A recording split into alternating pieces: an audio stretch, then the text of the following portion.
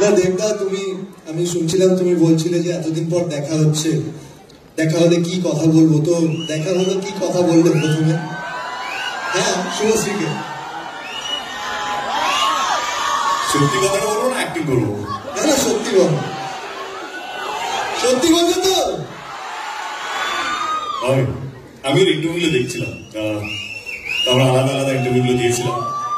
তবে ইন্টারভিউগুলো দেখে মনে হয় কি এত গম্ভীর হয়ে যাচ্ছে কেন? যখনই দেব নাম আসছে, ধূমকেতু নাম আসছে, ওকে দেখা হয় একটাই কথা বললাম, একটু হেসো, মানে খারাপ কথাগুলো শুনতে ভালো লাগবে।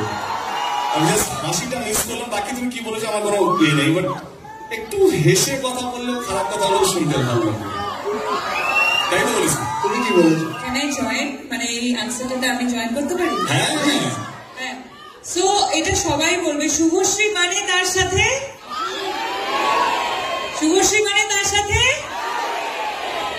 আমি সবসময় তার সাথে কি হাসি বলতো? আমি ভালো অন্য কোনো ছেলের নাম যুক্ত করছি। আরে না, কেমন হ্যাঁ, আরে 10 বছর আমরা দেব পাল্টাইনি। হ্যাঁ বলো, কি বলছো?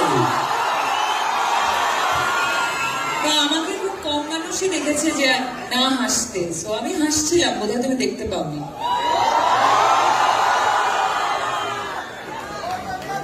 তুমি এতটা সিরিয়াস হয়ে খেলবে না, আর আমি কি জিজ্ঞেস করলাম?